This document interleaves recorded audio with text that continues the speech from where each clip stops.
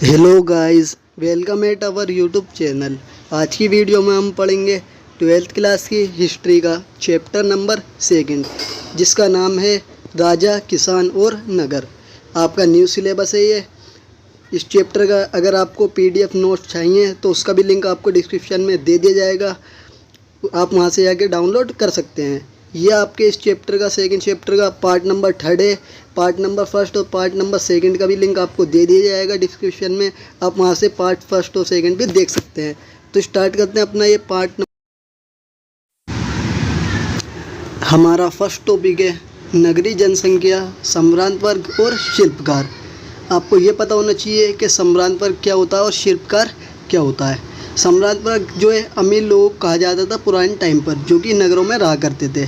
शिल्पकार वो लोग होते हैं जो शिल्प से रिलेटेड कार्य करते हैं, यानी कि कटाई वगैरह किसी भी चीज़ की या धातु से किसी भी चीज़ का निर्माण करते हैं काट के, उन लोगों को कहा जाता है शिल्पकार। जैसे कि मन के बनाना, बाड़ बनाना और भी इस टाइप की चीज़ें बनाना, ये शिल्पकारियों में आ जाती है। तो अब पढ़ लेते हैं अपने इस टॉपिक को। इस टॉपिक के अंदर हमें ये बात पढ़नी है, सबसे पहले अभिलेख। अभिलेख से इस टॉपिक की शुरुआत होती है।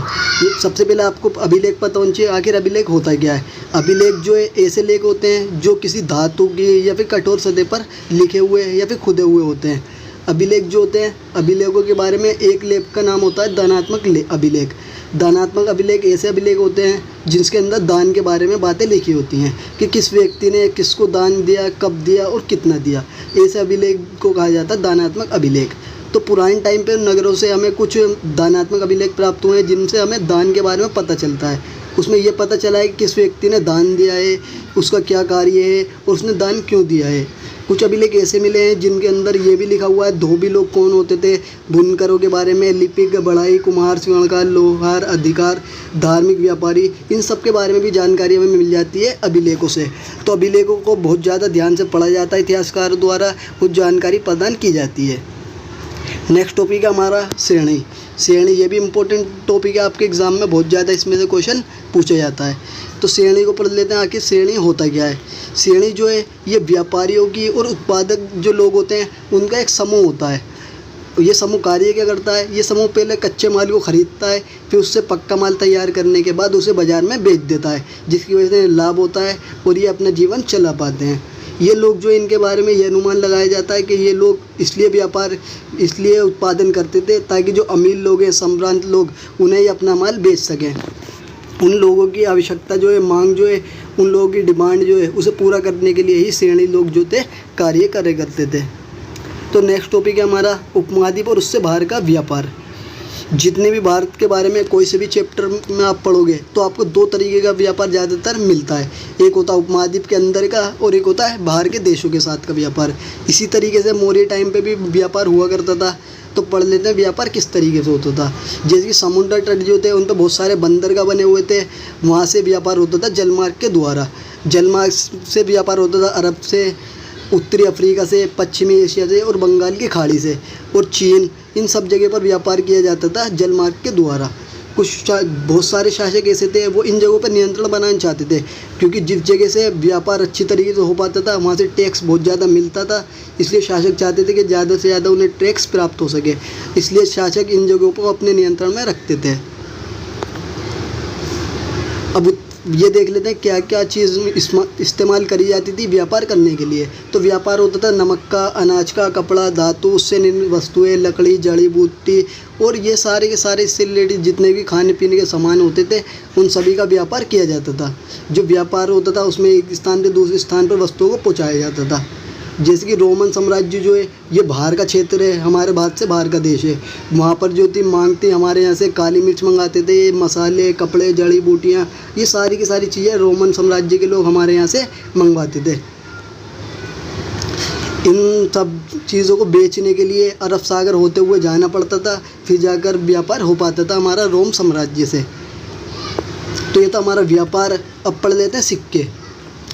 सिक्के और शासक, यानी कि सिक्के कौन किस तरीके थे, क्या कार्य था सिक्कों का और हमें क्या जानकारी मिलती है सिक्कों के बारे में, ये सारी चीज़ें पढ़ेंगे। और शासकों के बारे में पढ़ेंगे, किस शासक ने किस तरीके के सिक्के चलाए थे।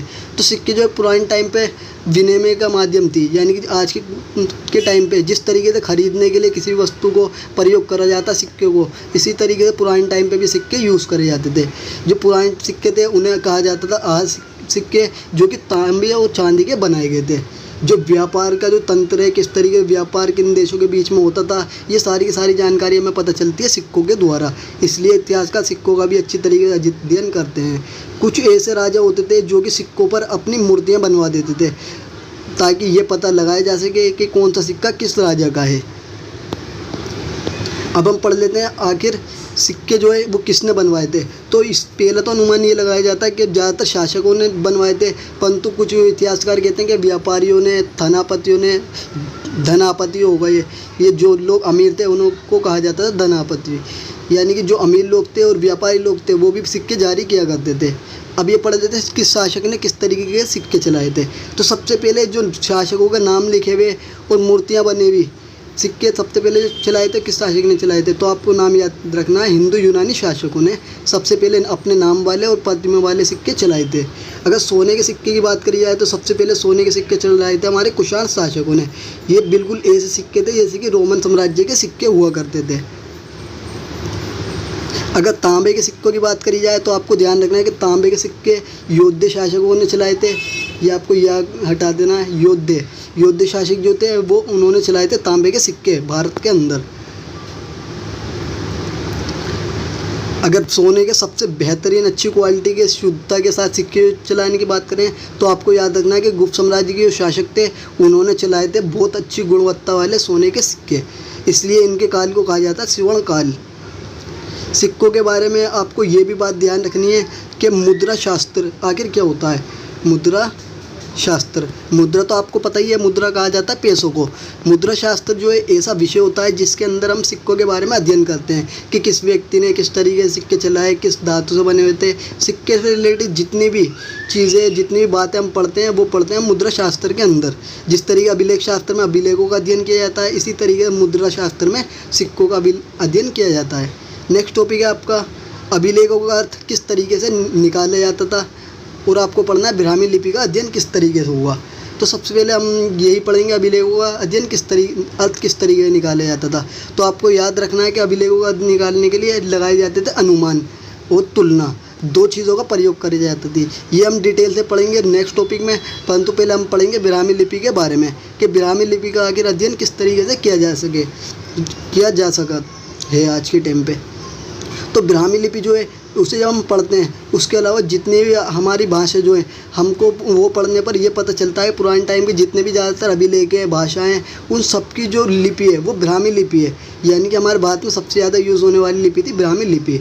हमारे अशोक जो थे बहुत ज़्यादा महान शासक हैं भारत के, उनके भी अभिलेख के अंदर ब्राह्मी लिपि को ही प्रयोग किया गया है। ब्राह्मी लिपि का अध्ययन करने के लिए यूरोप के विद्वान थे, उन्होंने 18वीं शताब्दी में भारतीय पंडितों से सहायता लेने के बाद उन्होंने आज के टाइम पे जो बंगाली और देवनागरी लिपि की जो पांडुलिपियाँ हैं उन्हें पढ़ने के बाद उनके अक्षरों को पुराने टाइम की ब्राह्मी लिपि के अक्षरों से मिलान करा, तुलना करी दोनों अक्षरों के बीच में, फिर जाकर इन्होंने अर्थ निकाल लिया इस आधार पर तुलना के द्वारा। शुरुआत में तो विद्वानों को ये लगा कि जितने भी ग्रंथ हैं, पांडुलिपियाँ ज़्यादातर ये संस्कृत में लिखे हुए हैं, परंतु जब बाद में बहुत ज़्यादा गहराई से अध्ययन किया गया, अर्थ निकाल लिया गया, तो पता चला ये जो ग्रंथ लिखे हुए हैं पांडुलिपियाँ ये प्राकृत भाषा में लिखी हुई हैं। प्राकृत भाषा जो है वो आम लोगों की भाषा होती थी, जो आम जनता के द्वारा बोली जाती थी। फिर लास्ट में बहुत ज़्यादा मेहनत करने के बाद जो जेम्स प्रिंसेप थे उन्होंने 1838 में अर्थ निकाल लिया था ब्राह्मी लिपि का, जिसकी वजह से हम बहुत सारी जानकारी प्राप्त कर चुके हैं भारत के इतिहास के बारे में।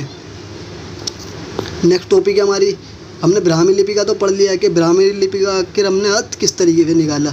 फिर अब हमें पढ़ना है खरोष्टी लिपि थी, उसका अर्थ किस तरीके से निकाला गया। जो खरोष्टी लिपि है उसका अर्थ निकालने के लिए थोड़ा सा अलग तरीका अपनाया गया।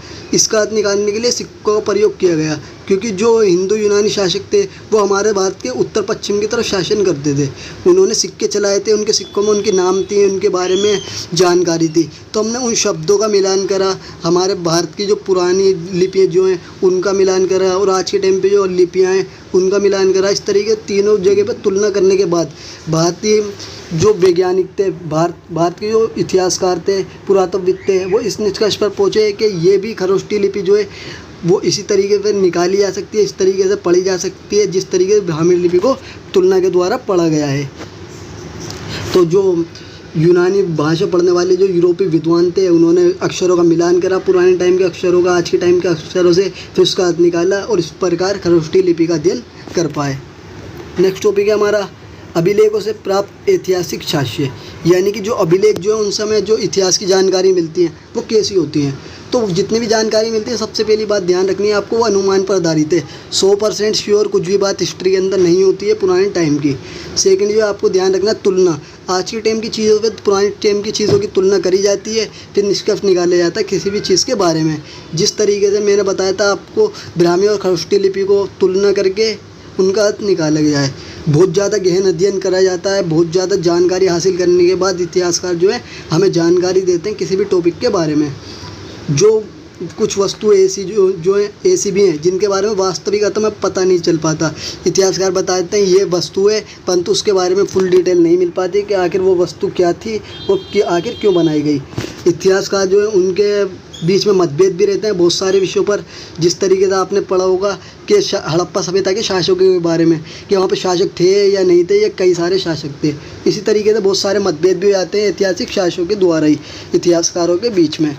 तो ये तो हमारे ऐतिहासिक शास्त्र से प्राप्त जानकारी है। नेक्स्ट टॉपिक है आपका अभिलेख साक्ष्य की सीमा क्या है। ये मोस्ट इंपॉर्टेंट टॉपिक है आपके एग्ज़ाम के लिए, 8 मार्क्स के क्वेश्चन में आपसे पूछा जाता है। तो आपको ये बहुत अच्छी तरीके से ध्यान रख लेना है। पहले मैं आपको सिंपल से पॉइंट बता देता हूँ इसके लिए, ताकि आपको ये आसानी से समझ में आ सके। अभिलेखों की सबसे पहली सीमा आपको ध्यान रखनी है कि अभिलेख जो थे वो टूट जाते थे, बहुत सारे टूट जाते थे, जिसकी वजह से पूरी तरीके से जानकारी नहीं मिल पाती थी। सबसे दूसरा पॉइंट आपको ये ध्यान रखना है कि अर्थ समझ में नहीं आता था। जब अर्थ समझ में नहीं आएगा किसी बात को हम अच्छी तरीके से एक्सप्लेन नहीं कर पाएंगे। थर्ड आप ये लिख सकते हो कि जो लिखा हुआ है, लिखावट है, वो हल्के रंग में लिखी हुई है, यानी हल्का खुदा हुआ है, जो कि पढ़ने में बहुत ज़्यादा मुश्किल होती है। फोर्थ आप ये लिख सकते हो कि बहुत सारी लिपि हैं, वो अलग अलग लिपि तथा भाषाओं में लिखे गए हैं अभिलेख, जिसकी वजह से अभिलेखों को आसानी से पढ़ा नहीं जा सकता। फिर तो आप ये बता सकते हो कि अभिलेख के अंदर उन्हीं व्यक्तियों के बारे में जानकारी मिलेगी जो कि लोग अभिलेखों को बनवाएंगे। सिक्स आप ये बता सकते हो कि ग्रामीण लोग जो हैं और ग्रामीण जीवन जो है उसके बारे में हमें बिल्कुल भी जानकारी अभिलेखों से नहीं मिल पाती है। 7 पॉइंट आप ये लिख सकते हो कि अभिलेख के अंदर ज़्यादातर राजनीति के बारे में, लोगों की उपलब्धियों के बारे में ही बातें मिलती हैं। आम जनता के बारे में, आम कार्यों, लोगों के कार्यों के बारे में ज़्यादातर जानकारी हमें अभिलेख से प्राप्त नहीं होती है। तो ये सारी की सारी जो कमियाँ हैं वो अभिलेख की हैं। अब हम इसे पढ़ लेते हैं विस्तार से। सबसे पहला पॉइंट अगर आप एग्ज़ाम में लिखना चाहो तो एग्ज़ाम में आप इस तरीके से पॉइंट बना सकते हो। सबसे पहला पॉइंट तकनीकी सीमा, कि अभिलेख जो है वो उसकी तकनीकी सीमा भी है जिसकी वजह से हम उसे पढ़ नहीं सकते। जैसे कि हल्के रंग से खुदाई हुई भी है या हल्की खुदाई हुई भी है, जिसकी वजह से हम अभिलेखों को सही तरीके से नहीं पढ़ पा रहे हैं। अभिलेखों का नष्ट हो जाना, कुछ अभिलेख ऐसे हैं जो कि आधे टूट गए, आधे नष्ट हो गए, पूरी जानकारी उनके बारे में नहीं मिल पा रही है। थर्ड है निर्वचन की समस्या, यानी कि ज़्यादातर जो अभिलेख हैं उनका वास्तविक अर्थ नहीं निकाल पाया है। हम हमेशा अनुमान के द्वारा इतिहास को समझ पाते हैं, इसलिए हर टॉपिक के बारे में सटीक जानकारी हमें नहीं मिल पाई है। फोर्थ पॉइंट आप ये लिख सकते हो कि मौलिक समस्या। मौलिक समस्या के अंदर जैसे कि मैंने आपको बताया कि राजनीति और आर्थिक क्रियाकलाप जो लोगों की उपलब्धियां हैं, ये सारी बातें बस खाली अभिलेख के अंदर मिलती हैं। खेती के बारे में, आम जीवन के बारे में, ये सारी की सारी बातें हमें अभिलेख के अंदर मिलती नहीं हैं। तो इसलिए ये भी बहुत बड़ी परेशानी है अभिलेखों के बारे में। फिफ्थ पॉइंट आप यूज़ कर सकते हो विशिष्ट व्यक्तियों का उल्लेख, यानी कि उन्हीं लोगों के ज़्यादातर विचार लिखे जाएंगे जो कि लोग इन्हें लिखवा रहे हैं। विभिन्न लिपियाँ, भाषा, ये भी आप लिख सकते हो कि भाषा हर बार अलग अभिलेख की अलग अलग मिल सकती है। कोई संस्कृत में है, कोई प्राकृत में, कोई यूनानी में, कोई अरामाइक में, जिसकी वजह से अभिलेखों को पढ़ने में बहुत ज़्यादा प्रॉब्लम होती है। 8 आप ये भी लिख सकते हो कि आम लोगों के, ग्रामीण लोगों के बारे में जानकारी नहीं मिली, कृषि के बारे में हमें जानकारी नहीं मिली पूरी तरीके से, लोगों के रहन सहन के बारे में, लोगों के खान पान के बारे में ज़्यादातर जानकारी हमें अभिलेख से प्राप्त नहीं हो सकती है। तो गाइस आज की वीडियो में इतना ही। ये हो चुका है आपका पार्ट 3 कंप्लीट। इसी के साथ साथ आपका चैप्टर भी 2 कंप्लीट हो गया है। तो गाइस मिलते हैं नेक्स्ट चैप्टर में, जब तक थैंक फॉर वॉचिंग।